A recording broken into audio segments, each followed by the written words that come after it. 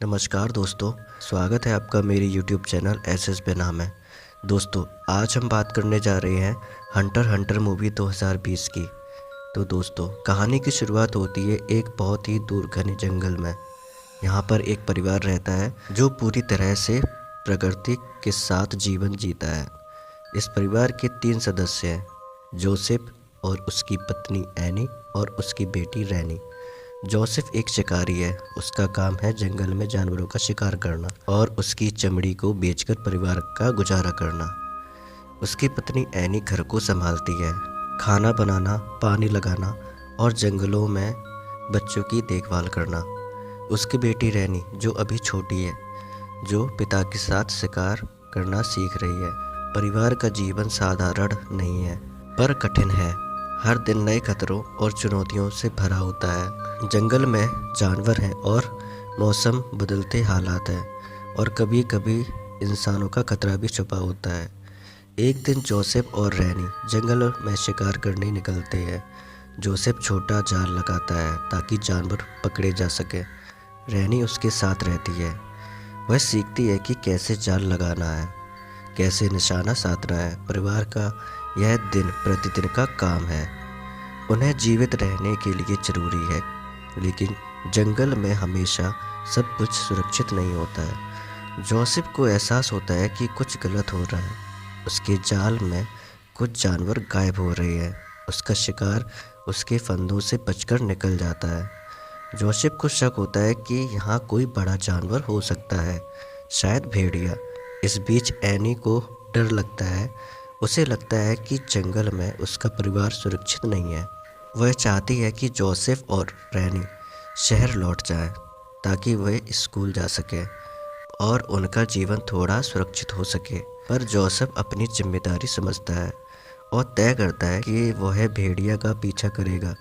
परिवार के बीच यह तनाव धीरे धीरे बढ़ता है। रैनी अब पिता के साथ शिकार करने में और आगे होती है, जबकि एनी घर पर अकेली रहती है। एनी के मन में चिंता और भय बढ़ता है, पर वह भी जानती है कि जोसेफ और रैनी के लिए जंगल में बाहर निकलना ज़रूरी है। जैसे ही दिन बीतते हैं, जोसेफ और रैनी जंगल में अपने काम में और अधिक व्यस्त हो जाते हैं। जोसेफ ने देखा कि उसके जाल से जानवर गायब हो रहे हैं। पहले उसे लगा कि यह कोई भेड़िया या जंगली जानवर शिकार कर रहा है, लेकिन धीरे धीरे उसे महसूस होता है कि यह कुछ असामान्य है। और एक दिन जोसेफ अकेले जंगल में आगे बढ़ता है। रैनी को वह घर लौटने के लिए कह देता है ताकि उसकी सुरक्षा बनी रहे, लेकिन जोसेफ आगे बढ़ते हुए कुछ ऐसा देखता है जिसने उसकी सोच को बदल दिया। वह जंगल का एक हिस्सा है जहाँ कई छोटी छोटी लाशें बिखरी हुई हैं। यह कोई सामान्य घटना नहीं है। ये लाशें जली हुई हैं और कुछ कटी हुई हैं, जो इंसान के हाथों द्वारा घायल की गई थी। जोसेफ का दिल डर गया और गुस्से से भर जाता है। उसे समझ में आता है कि यह जंगल में सिर्फ भेड़िया या जानवर नहीं है, बल्कि कोई मनुष्य है जो ऐसा कर रहा है। जोसेफ घर लौटता है, लेकिन किसी को सच नहीं बताता है। वह सिर्फ कहता है कि भेड़िया था, पर शिकार नहीं कर पाया। वास्तव में उसने हत्यारे को देखा था, पर डरकर चुप रहा। उसका मकसद था कि वह खुद इस खतरे का सामना करे। इस बीच एनी की चिंता बढ़ती जाती है। जंगल में लगातार रहस्य और खतरनाक घटनाएं हो रही हैं। वह चाहती है कि पुलिस इस मामले में छानबीन करे, लेकिन जंगल के नियम अलग हैं। पुलिस कहती है कि यह क्षेत्र उसके नियंत्रण से बाहर है और जंगल में कानून की कोई बड़ी ताकत नहीं है। वक्त बीतता है और जंगल में संसाधनों की कमी होने लगती है। खाना कम पड़ने लगता है। एक रात रैनी भूखी सो जाती है और अपनी माँ से कुछ खाने के लिए कहती है। एनी मजबूरी में जंगल से हिरन मारती है और रैनी उसकी मदद करती है। यह दिखता है कि परिवार अब पूरी तरीके से जंगल की कठोर समस्या में फंस चुका है। फिर एक और रहस्य सामने आता है। जंगल में किसी घायल व्यक्ति की आवाज़ सुनाई देती है। एनी बाहर जाती है और उसे एक आदमी मिलता है। उसका नाम लू है। वह कहता है कि जंगल में भेड़िया ने उस पर हमला किया। एनी उसकी मदद करती है और उसे घर ले आती है, लेकिन लू के आने से परिवार स्थिति और जटिल हो जाती है। वह सुरक्षित नहीं लगता और एनी और रैनी दोनों का शक होने लगता है कि यह आदमी वास्तव में कौन है। क्या वह सच में घायल है या कोई खतरनाक व्यक्ति। जंगल में रहस्य बढ़ता है और जोसेफ अब समझता है कि उसे सिर्फ जंगल के जानवरों से नहीं बल्कि इंसानों के खतरों से भी सावधान रहना होगा। जंगल में लू का आगमन परिवार के लिए डर और शांति दोनों ला देता था। पहले वह घायल और मदद मांगने वाला प्रतीत होता है, लेकिन धीरे धीरे उसकी पहचान सामने आने लगती है।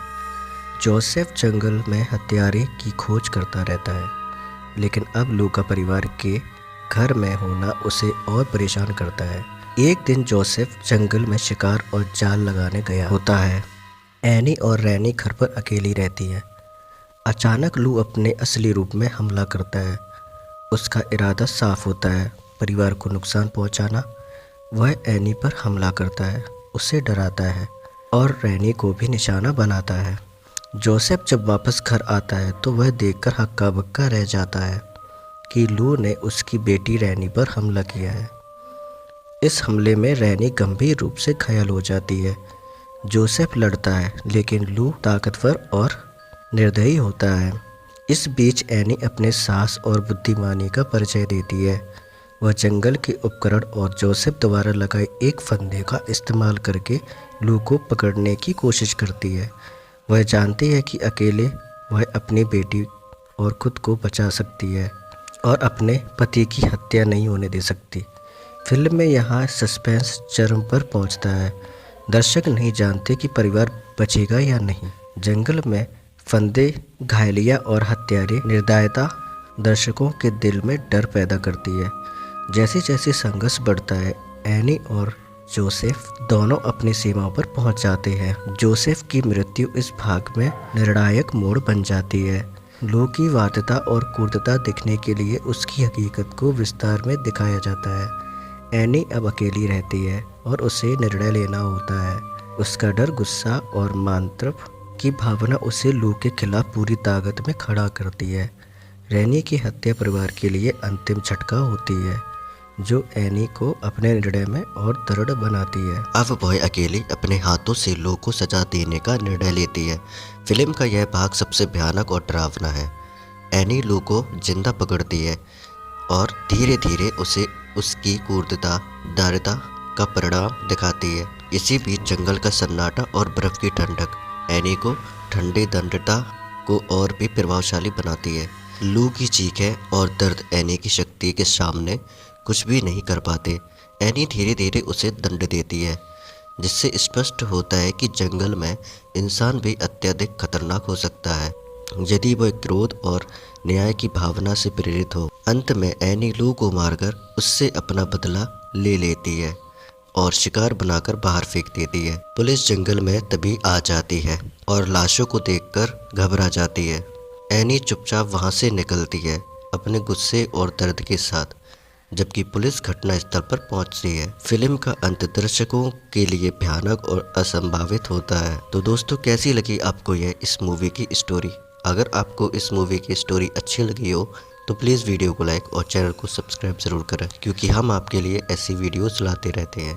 तो चलिए चलते हैं, मिलते हैं फिर किसी नेक्स्ट वीडियो में। तब तक के लिए जय हिंद, जय भारत।